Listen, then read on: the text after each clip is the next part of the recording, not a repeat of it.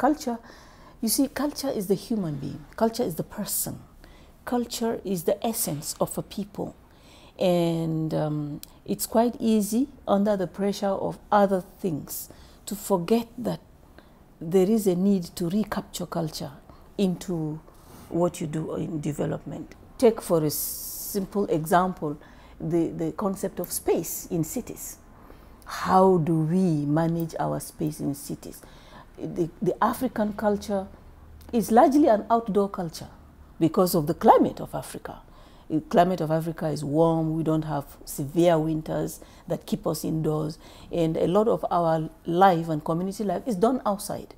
And that means, therefore, that the interspaces, our streets, our open spaces, our stadia, these are important intersections of our public life. And we need to be able to integrate this into our architecture and construct cities that have meaningful spaces, rather than spaces that are treated as leftovers and likely to be breeding ground for some other unapproved elements of society.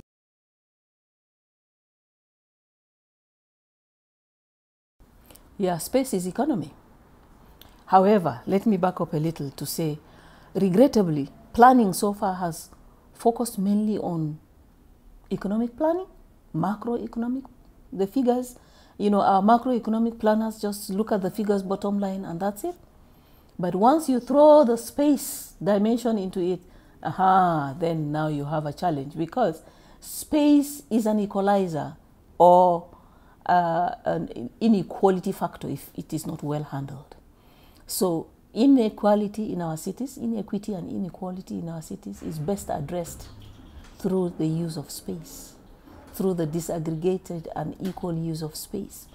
And so culture and space, spatial planning are equalizers, and we need to be able to break that down to our development leaders and our political leaders and decision makers.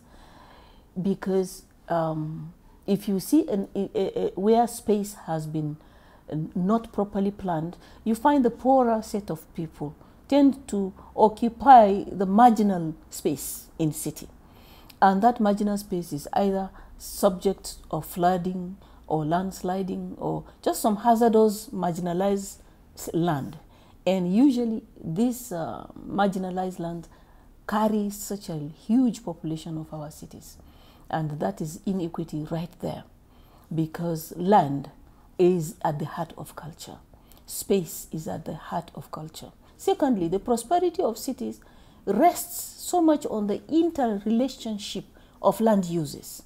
And so culture and spatial planning is able to bring value on the way relationships are managed in cities, to be able to reduce the extreme between rich and the poor, between the secure and the vulnerable, between the productive and the unemployed.